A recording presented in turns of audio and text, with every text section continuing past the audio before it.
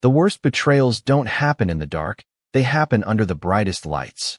Charlotte Hayes had spent 11 months planning the perfect wedding, memorizing every tiny detail until she could picture the day with her eyes closed. The white roses lining the aisle had been delivered before sunrise. The string quartet had rehearsed the same melody for 3 weeks. Even the old chapel overlooking Lake Evergreen looked as though it had stepped out of a magazine, its stained glass windows bathing the polished wooden pews in soft colors that danced across the smiling faces of nearly 200 guests.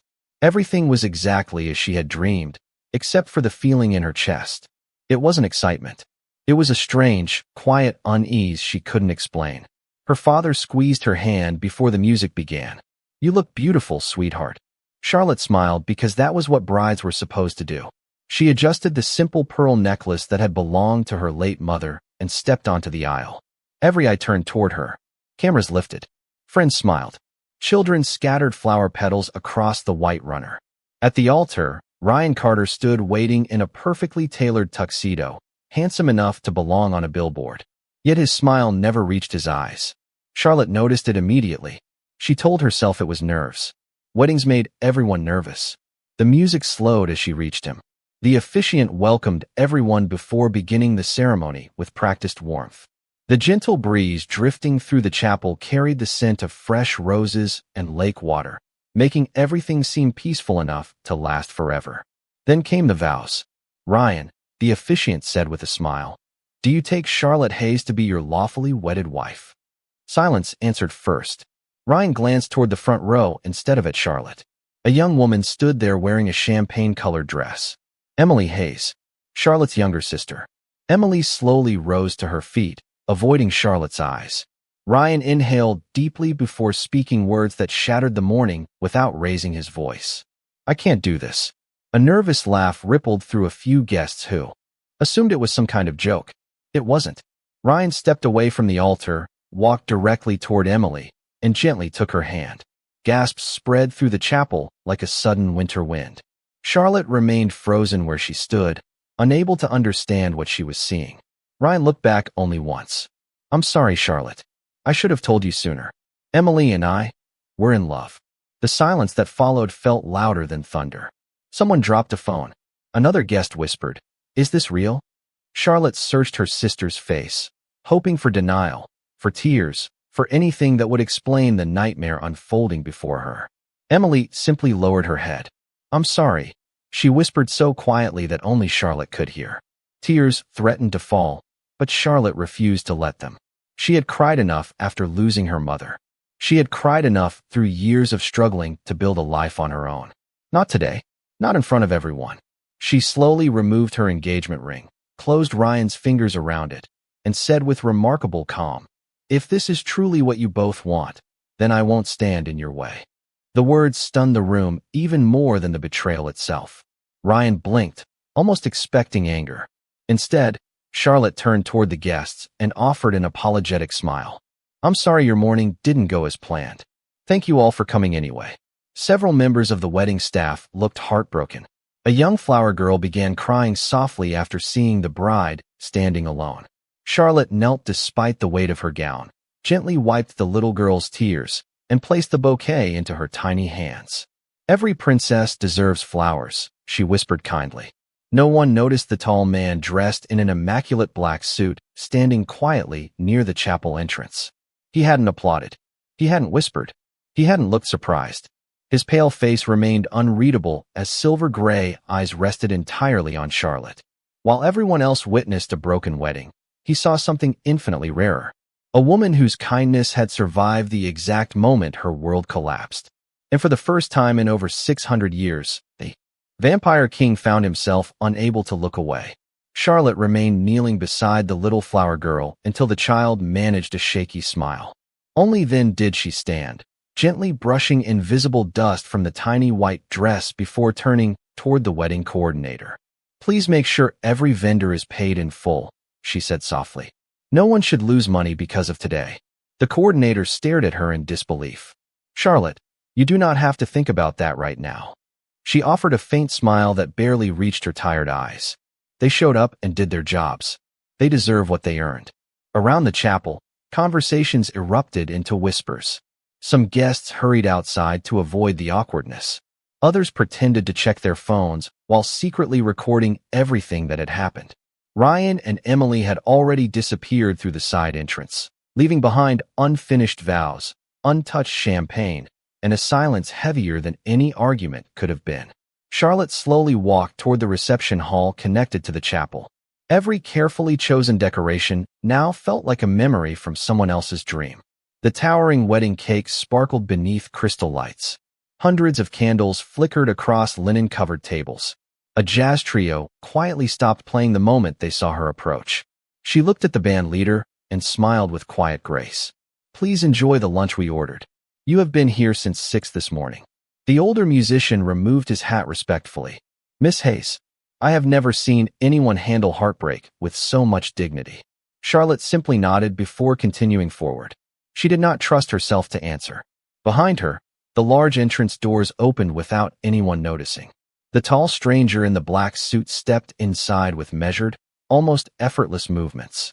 His polished shoes made no sound against the marble floor. He appeared no older than 35, yet there was something impossible about the calm certainty in his silver-gray eyes. He quietly observed every detail without drawing attention to himself. One waiter accidentally bumped into him while carrying a tray of glasses. "I am so sorry, sir." The young man looked terrified. Instead of showing irritation, the stranger steadied the tray with one hand before a single glass could fall. "No harm done," he replied in a voice so calm it immediately eased the waiter's panic. His tone carried quiet authority, the kind that never needed to become loud. Charlotte noticed the exchange from across the room. Even after everything that had happened, she still walked over.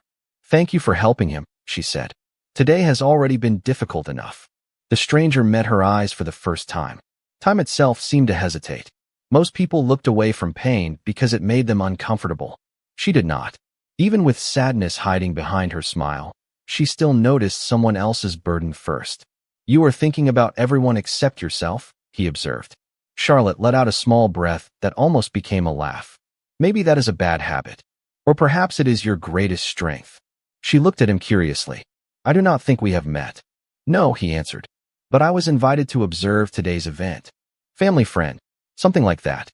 Before she could ask another question, one of the catering staff rushed toward her in distress. "Miss Hayes, the bakery says they will take the cake back unless someone signs the final delivery form." Charlotte immediately turned away. "I will handle it." The stranger watched as she apologized to the bakery driver for circumstances that were never her fault, thanked every employee individually, and even insisted that the untouched meals be donated to the local shelter instead of being thrown away. Not once did she complain. Not once did she blame anyone. Far across the room, hidden beneath the sleeve of his black jacket, an ancient silver ring resting against the stranger's hand grew unexpectedly warm. A faint symbol shimmered across its polished surface before disappearing again. For the first time in centuries, Lucian Ashcroft felt the old magic stir. It had not awakened because of royal blood, forgotten prophecy, or supernatural power. It had answered something far rarer: genuine compassion, as Charlotte signed the final catering invoice. Completely unaware of the invisible force beginning to surround her life, Lucian quietly made a decision that would alter the fate of both the human world and the hidden kingdom forever. Charlotte finished speaking with the last vendor just as the afternoon sun slipped behind a bank of gray clouds, leaving the reception hall wrapped in softer light. The laughter that had once been planned for this room had vanished, replaced by the quiet sound of workers folding linens, stacking chairs, and carefully boxing untouched centerpieces. She bent down to help gather several white roses that had fallen from a display stand. "Miss Hayes, you really do not need to do that," one florist said gently. Charlotte smiled without looking up. Flowers should not be left on the floor if they still have beauty left. She carefully placed each bloom into a fresh vase before carrying it toward the retirement home donation box she had arranged only an hour earlier. Across the room, Lucian Ashcroft watched in complete silence. He had spent centuries studying kings, queens, generals, politicians, and billionaires. Nearly all of them revealed who they truly were the moment they lost something valuable. Wealth vanished, kindness disappeared, pride replaced compassion. Yet this young woman had lost almost everything that mattered in a single morning, and somehow she continued thinking about complete strangers. It made no logical sense. His ancient instincts warned him that impossible things were often dangerous. Even so, he found himself following her from a respectful distance. Charlotte carried another box toward the service entrance when she noticed an elderly dishwasher struggling to lift a heavy cooler into the delivery truck. Without hesitation, she hurried over. "Please let me help." The man shook his head. "You should be resting today." She laughed quietly. "If I sit still, I might finally start crying. I think staying busy is the safer choice." Together, they lifted the cooler into place. The old man smiled gratefully. "Your mother would have been proud." Charlotte paused for only a heartbeat before whispering, "I hope so." Lucien heard every word. His hearing had remained sharper than any human's for more than 600 years. Yet somehow those 3 simple words echoed louder than royal proclamations he had witnessed across entire empires. As Charlotte stepped back inside, one of the young waitresses accidentally dropped a tray filled with wrapped desserts. Small boxes scattered across the polished floor. The girl immediately covered her face in embarrassment. "I am so sorry. This is all my fault." Charlotte knelt beside her without the slightest hesitation. "Then it is both our fault now." The waitress looked confused. Charlotte simply began picking up each box one by one. Within seconds, several other workers joined them. Laughter slowly replaced tension as everyone worked together. Lucien noticed something extraordinary. She never ordered people to help. She inspired them to help. Leadership without authority. Kindness without expectation. It was a quality his own royal advisors had searched centuries to find among noble families. A sudden vibration interrupted his thoughts. Hidden inside his jacket, an ancient crystal no larger than a silver dollar pulsed with faint crimson light. He discreetly covered it with his hand before anyone noticed. The glow should not have appeared inside the human world. Not here. Not because of her. He quietly stepped outside beneath the stone archway overlooking the lake. The crystal continued glowing against his palm. Thin lines of golden light slowly spread across its surface, forming symbols from a language that had disappeared long before the first American colony existed. Lucien stared at the markings with growing disbelief. Recognition. Acceptance. Selection. Impossible. Those words had not appeared since the age when vampire kings were still chosen by ancient covenants rather than bloodlines alone. He closed his hand, extinguishing the light before any passing human could notice. "It cannot be," he whispered to himself. "The covenant has been silent for nearly 500 years." Behind him, the chapel doors opened once more. Charlotte stepped outside, carrying 2 small bags filled with leftover pastries. She noticed a homeless veteran sitting quietly across the street beneath a bus. Stop shelter. Without giving herself time to reconsider, she crossed the road and offered him both bags with a warm smile. The elderly man accepted them with trembling hands. "God bless you, young lady," Charlotte answered softly. "Please take care of yourself." She turned and walked back toward the chapel without realizing anyone had witnessed the exchange. Lucien remained perfectly still beneath the archway, his silver eyes following her every step. He had come expecting to observe a broken bride for only a few minutes before returning to his hidden kingdom. Instead, with every passing moment, the ancient magic surrounding his crown grew stronger, quietly reminding the oldest vampire king alive that destiny had never once asked for permission before changing the course of history. The parking lot had nearly emptied by the time the last delivery truck rolled away from the chapel. The evening air carried the scent of fresh rain drifting across Lake Evergreen, and the first drops tapped softly against the stone walkway. Charlotte stood beneath the entrance canopy, watching volunteers load the remaining flower arrangements into a community center van. She pulled her cardigan a little tighter around her shoulders and quietly exhaled. For the first time all day, there was nothing left to organize, nothing left to fix. Her phone vibrated twice before falling silent again. She glanced at the screen. 7 missed calls from friends. 4 messages from relatives. 1 message from Ryan that simply read, "I never wanted to hurt you." She stared at the words for several seconds before locking the screen without replying. Some conversations belonged to yesterday, and today had already become too heavy to carry anything more. "You finally stopped working." The familiar calm voice came from behind her. Charlotte turned and found the stranger standing several feet away beneath the covered walkway.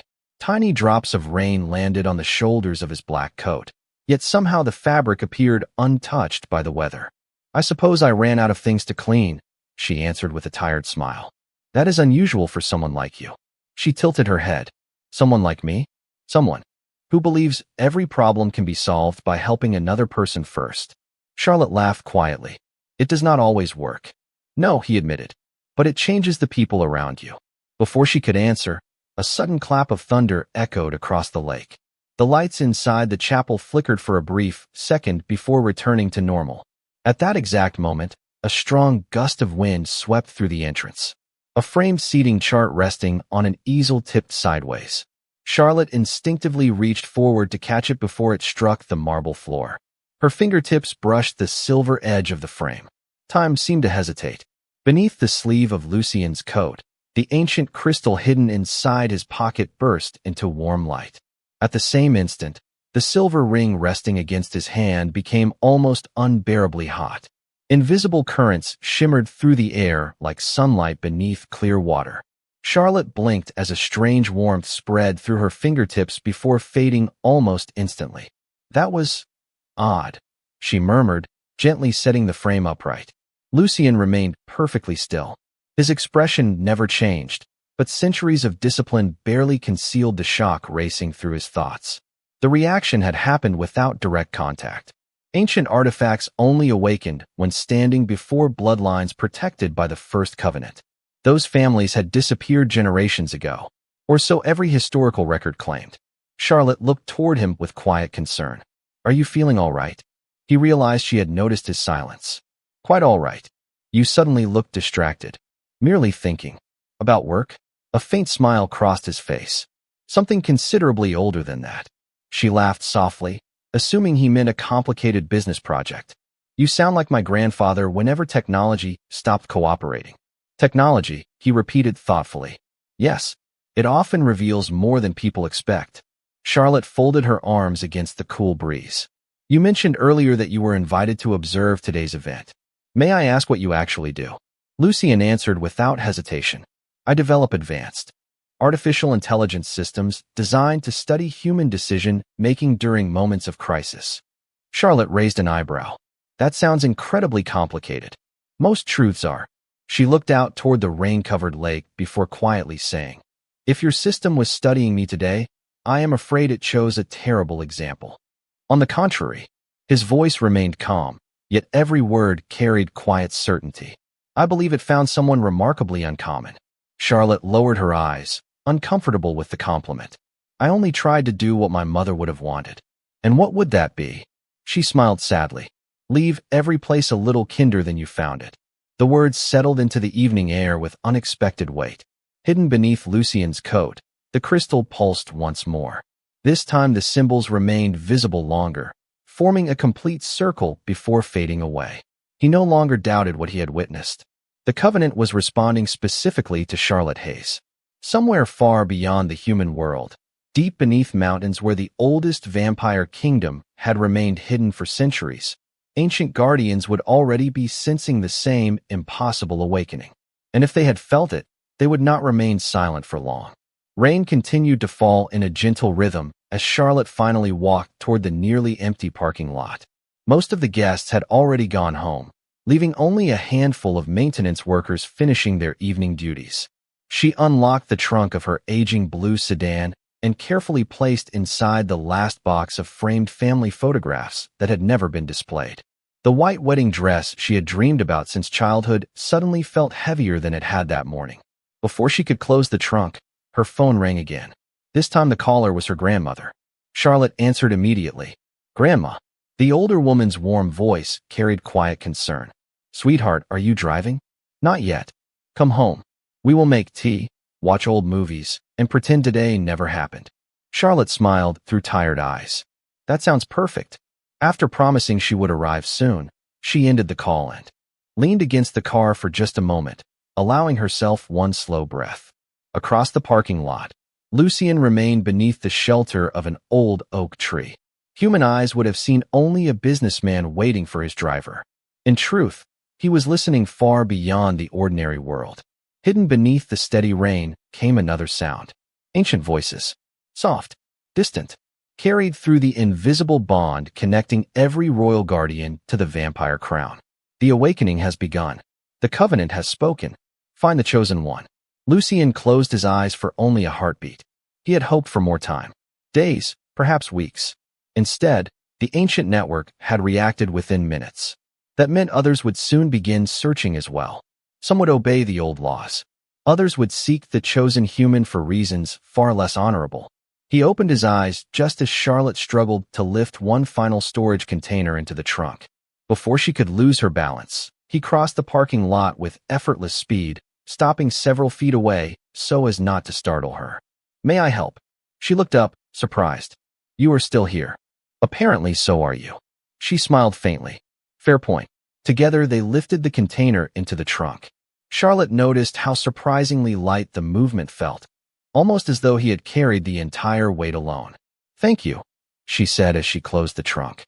"I never even asked your name." There was the briefest pause. "Lucas Ashe." The answer came smoothly, a shortened version of a name he had not introduced to humans in centuries. "Charlotte Hayes." "I know." She laughed softly. "Right. You were invited to the wedding." "I was." For a moment neither of them spoke. Rain tapped gently against the roof of her car, while distant thunder rolled across the lake.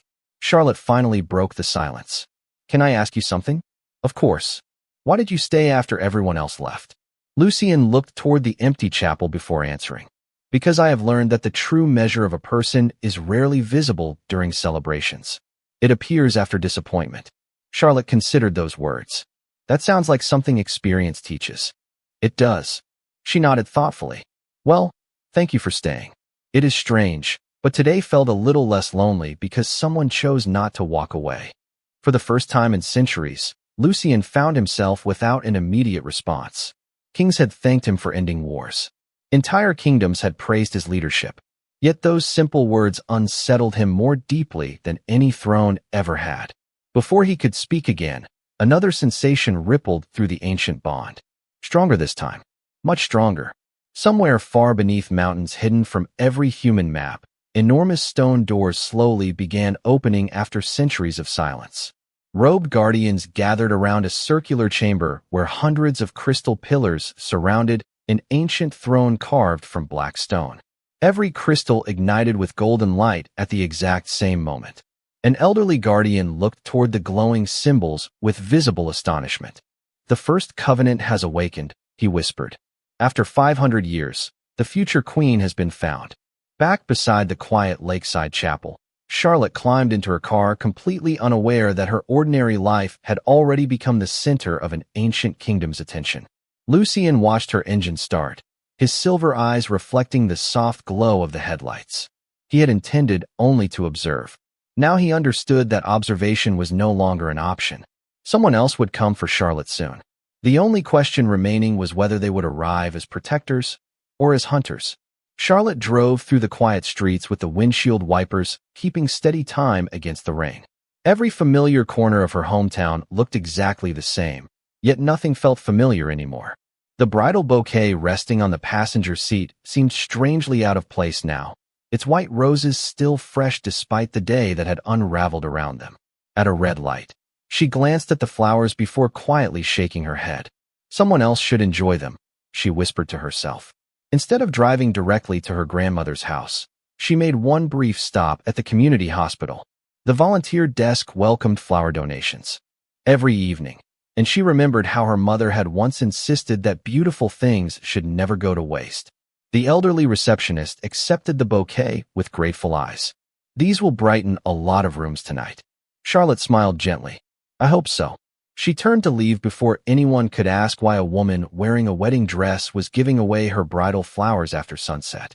Several miles away, inside the glass tower that served as the headquarters of Ashcroft Technologies, the top executive floor remained completely empty except for one office overlooking the glowing skyline. Lucien stood beside the floor-to-ceiling windows, the city lights reflected across the polished glass. To every employee in the company, he was Lucas Ashe, the brilliant founder of an artificial intelligence empire whose innovations had quietly transformed industries around the world. No one knew the corporation existed for another purpose as well. It allowed the vampire king to observe humanity without revealing his true identity. A soft chime echoed through the silent office. The ancient crystal resting upon his desk illuminated the room with warm golden light. Unlike before, the symbols no longer appeared incomplete. They arranged themselves into a perfect circle surrounding a single name. Charlotte Hayes. Lucian studied the glowing letters without moving. The Covenant had never identified a human so clearly. Before he could examine the markings further, another voice broke the silence. Your Majesty. A distinguished man with silver hair stepped through the private elevator.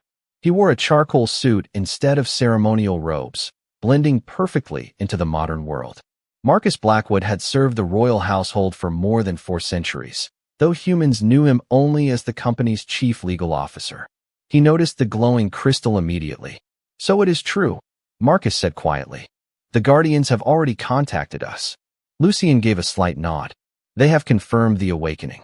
Marcus approached the desk, his expression unusually serious. The High Council is demanding that the chosen human be brought into royal protection before sunrise. Lucian remained silent. There is more, Marcus continued carefully. Not everyone agrees with the council's decision.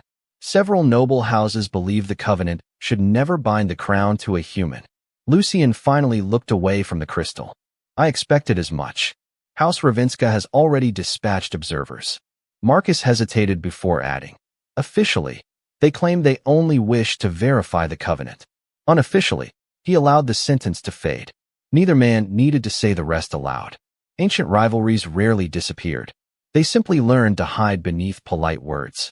Lucian closed his hand over the crystal, causing its light to fade. Charlotte must remain unaware until we understand the full situation. Marcus raised an eyebrow. That may no longer be possible. Lucian looked toward him. Marcus placed a small tablet onto the desk before activating the screen. Security footage from the hospital parking lot appeared. Charlotte had just finished speaking with the volunteer receptionist before walking toward her car. Nothing unusual seemed visible until the recording zoomed outward. Across the street, parked beneath a row of maple trees, sat a black luxury sedan with heavily tinted windows. It had remained there for nearly 20 minutes without moving. The driver's face could not be seen. The license plates belonged to a shell corporation that did not officially exist. Marcus enlarged another frame. The passenger door opened briefly before closing again. A silver emblem flashed against the interior light for less than a second. Lucian recognized it instantly. A raven surrounded by a circle of thorns. The ancient crest of House Ravinska. His expression remained calm, but the room itself seemed to grow noticeably colder. They had found Charlotte far sooner than expected. And unlike him, they were not known for approaching strangers with patience. Charlotte reached her grandmother's small white house just after 9 o'clock. The porch light had been left on, casting a warm glow across the rain-soaked front yard. It was the same house where she had celebrated birthdays, baked Christmas cookies, and learned that kindness was never wasted, even when the world failed to return it. As soon as she stepped onto the porch, the front door opened before she could knock. Margaret Hayes wrapped her granddaughter in a gentle embrace without asking a single question. Sometimes love understood silence better than words. Come inside, Margaret whispered. The tea is still warm. Charlotte finally allowed herself to breathe. She changed out of her wedding dress, folded it carefully into its garment bag, and placed it in the back of a closet. Looking at it one last time, she smiled sadly. Thank you for the dream, she whispered before closing the door. Downstairs, the scent of chamomile tea and homemade cinnamon bread filled the kitchen. Margaret quietly poured 2 cups while Charlotte sat beside the old oak table that had belonged to the family for generations. People will talk for a while, her grandmother said gently. Then they will find something new to gossip about. Charlotte stirred her tea without looking up. I am not worried about what people say. Margaret reached across the table and rested a comforting hand over hers. I know. You are worried that today means you are not enough. Charlotte finally looked up, surprised by how accurately her grandmother had read her heart. Margaret smiled with quiet certainty.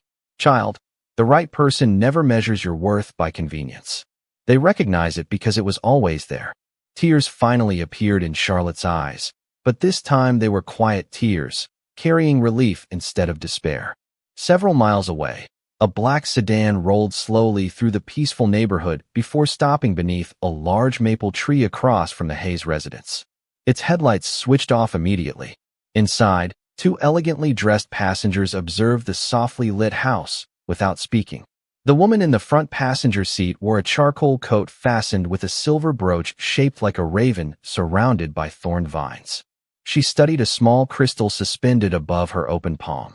The crystal pulsed faintly before pointing toward Charlotte's home like the needle of an ancient compass. "The covenant is undeniable," she said calmly.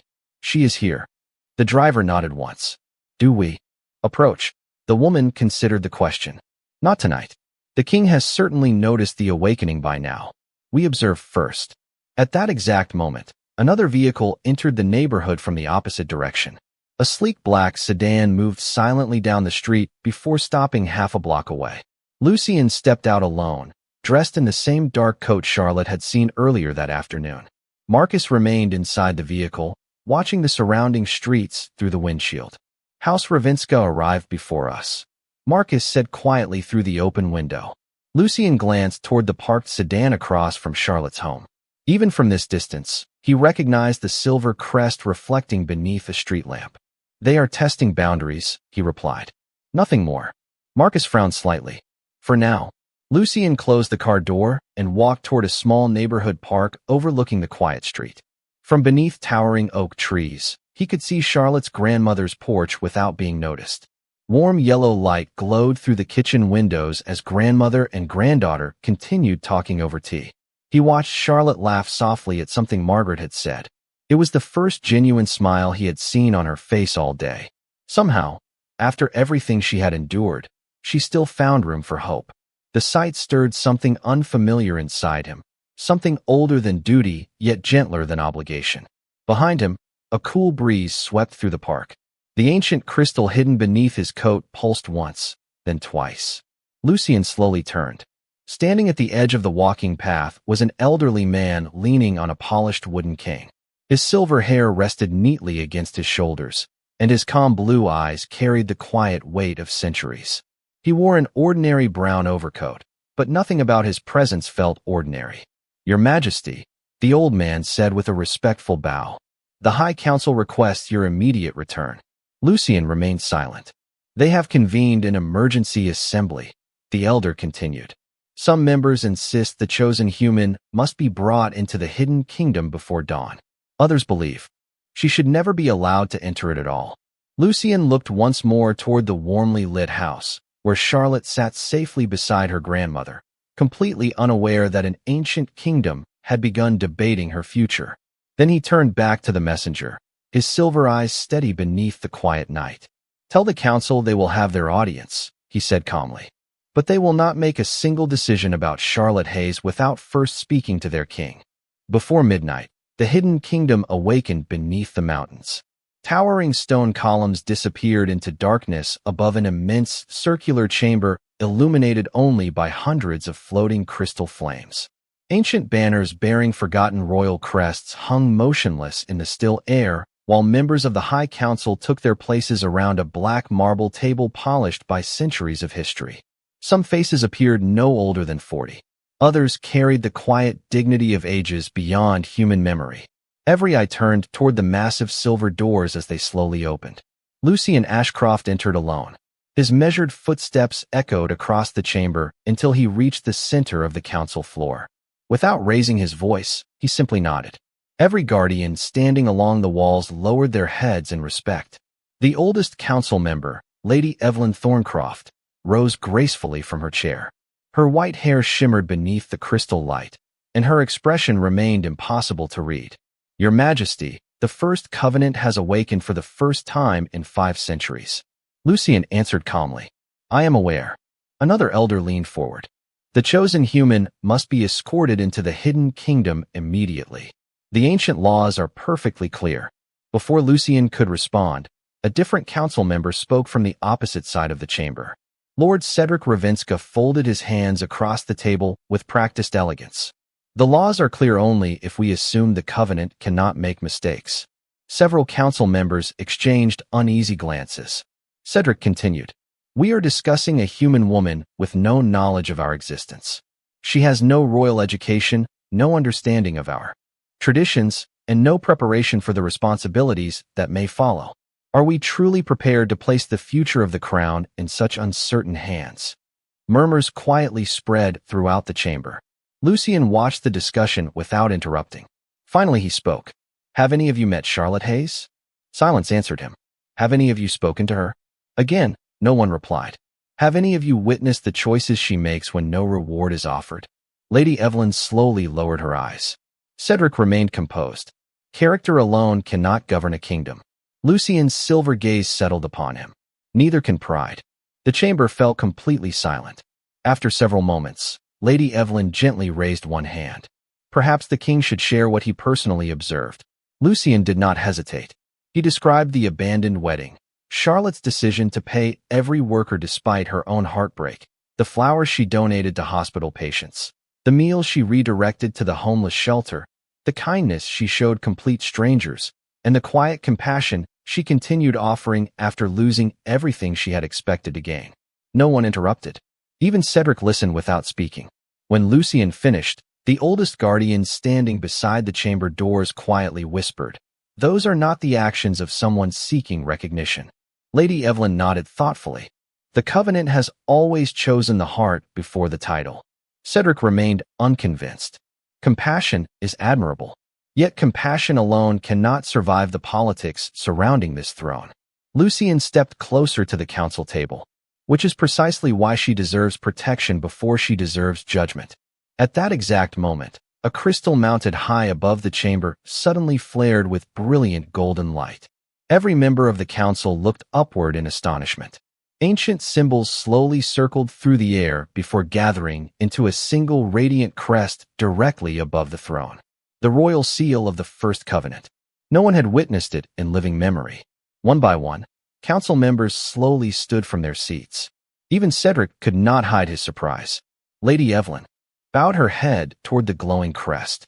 The covenant has spoken again.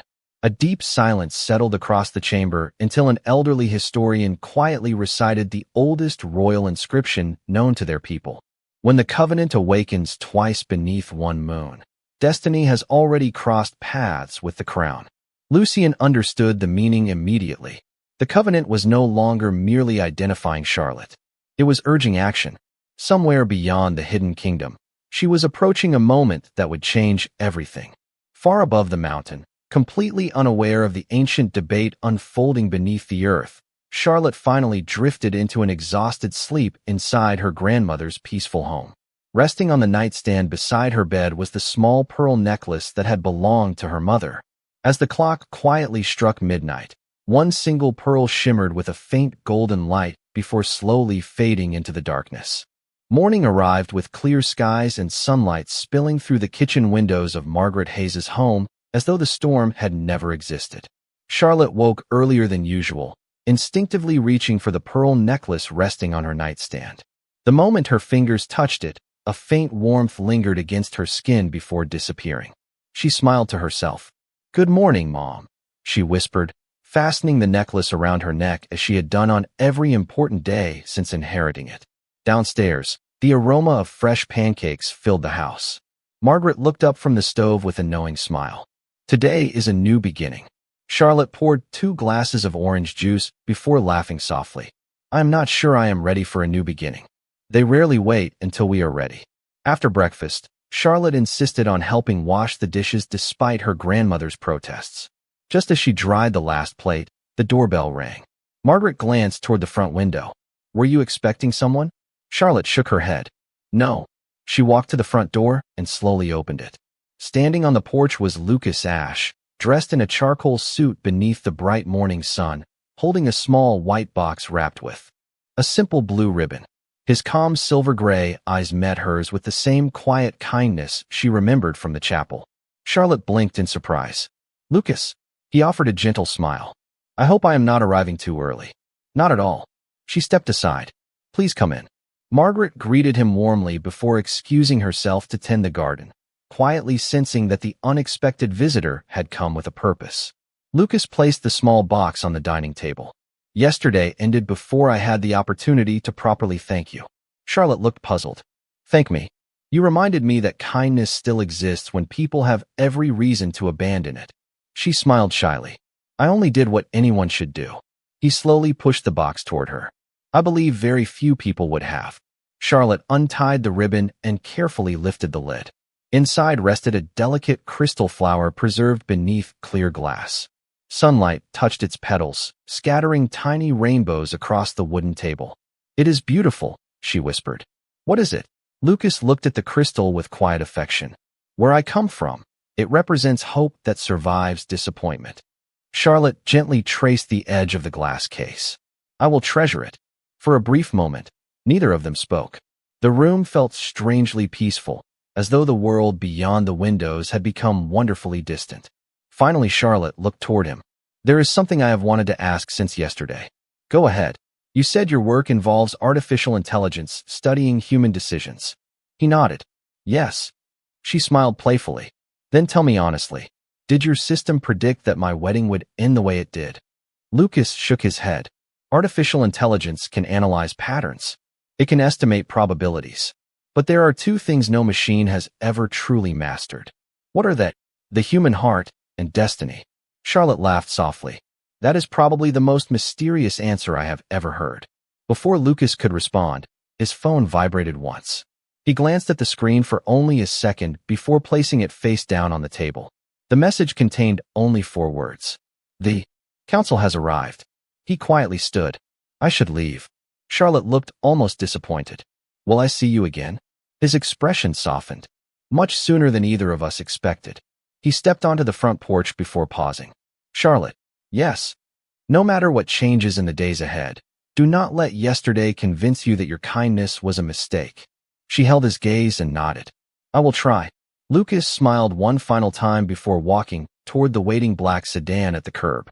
As the car disappeared down the quiet street, Charlotte remained on the porch holding the crystal flower, completely unaware that she had just said goodbye to the man every hidden kingdom knew by a different name.